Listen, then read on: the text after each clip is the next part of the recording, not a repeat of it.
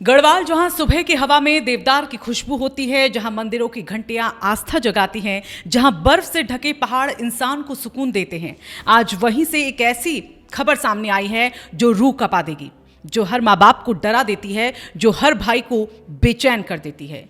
क्योंकि अब गढ़वाल में सिर्फ भूस्खलन का खतरा नहीं, अब यहां बेटियों के लापता होने का खतरा भी हो रहा है।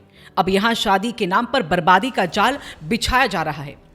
दरअसल उत्तराखंड में लगातार ऐसी शिकायतें मिल रही हैं कि बाहरी राज्यों से आए लोग यहां की युवतियों को शादी का प्रलोभन देते हैं, प्यार का नाटक, सुंदर सपनों के झूठे वादे और फिर अचानक जिंदगी का अंधेरा।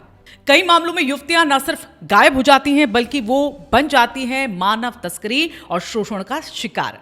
ये फिल्म की कहानी नहीं, ये गढ़वाल की सच्चाई बनती जा रही है। और जैसे ही ये बात प्रशासन तक पहुंची, सिस्टम हरकत में आ गया।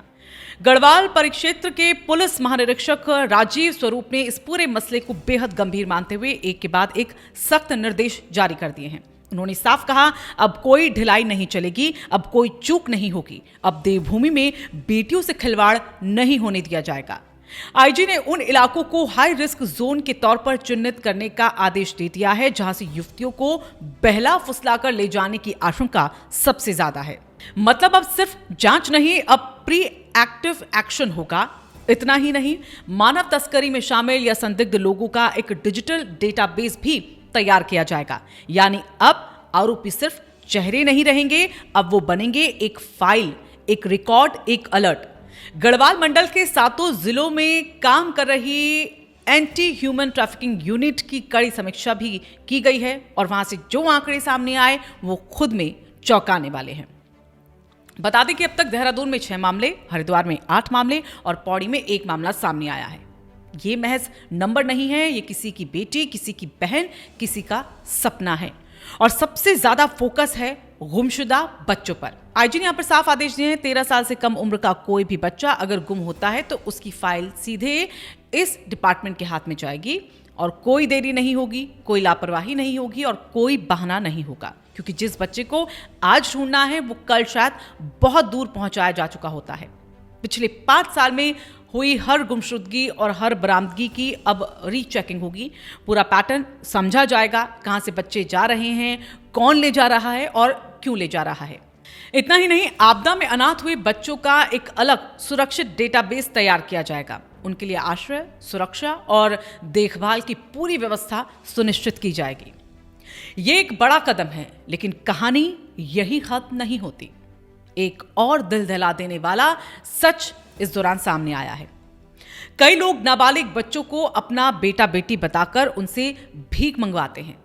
सोचिए, 8 से 10 साल का बच्चा, ना कोई स्कूल, ना कोई खेल, सिर्फ भीख का कटोरा और मजबूरी। आईजी ने इसे सीधे सीधे अमानवीय अपराध बताया है और ऐसे लोगों की पहचान कर उन्हें सलाखों के पीछे पहुंचाने के निर्देश दे दिए हैं। हर बाल आश्रय गृह पर अब पैनी नजर होगी, रेगुलर जांच होगी ताकि कोई बच्चा वहां भी शोषित ना हो। देहरादून में चला सघन चेकिंग अभियान भी यही दिखाता है कि अब पुलिस एक्शन मोड में है। 1400 गाड़ियां रोकी गई हैं, 2700 लोगों से पूछताछ हुई है, सीमाओं पर चौकसी बढ़ी है, मंदिर, बाजार, रेलवे स्टेशन, हर जगह निगरानी हो रही है और बाहरी लोगों का सत्यापन भी हो रहा है। संदेश साफ है, देवभूमि अपराधियों के लिए सेफ जोन नहीं रही। लेकिन अब कुछ सवाल जो आपको भी अब खुद से पूछने चाहिए। क्या वाकई ये सिर्फ कुछ गिने चुने केस हैं? कहीं ये पहाड़ों में फैलता कोई बड़ा नेटवर्क तो नहीं है? कितनी बेटियां आज भी जंजीरों के कैद होंगी और कितने बच्चे आज भी गायब होंगे? और क्या हम, आप और समाज सच में अपनी आंख खोल रहे हैं? क्योंकि अपराध तब नहीं बढ़ता जब अपराधी सक्रिय होता है, अपराध तब बढ़ता है जब समाज चुप हो जाता है। आज जरूरत है देखने की, समझने की और बोलने की भी। अगर आपके आसपास कोई संदिग्ध व्यक्ति दिखे, अगर कोई बच्चा रोता मांगता नजर आए, अगर कोई बेटी अचानक से गायब हो जाए, तो आप चुप मत रहिए। ये सिर्फ उसकी लड़ाई नहीं, ये हमारी मानवता की लड़ाई है। देवभूमि को बचाना है, अपनी बेटियों को बचाना है, अपने भविष्य को बचाना है।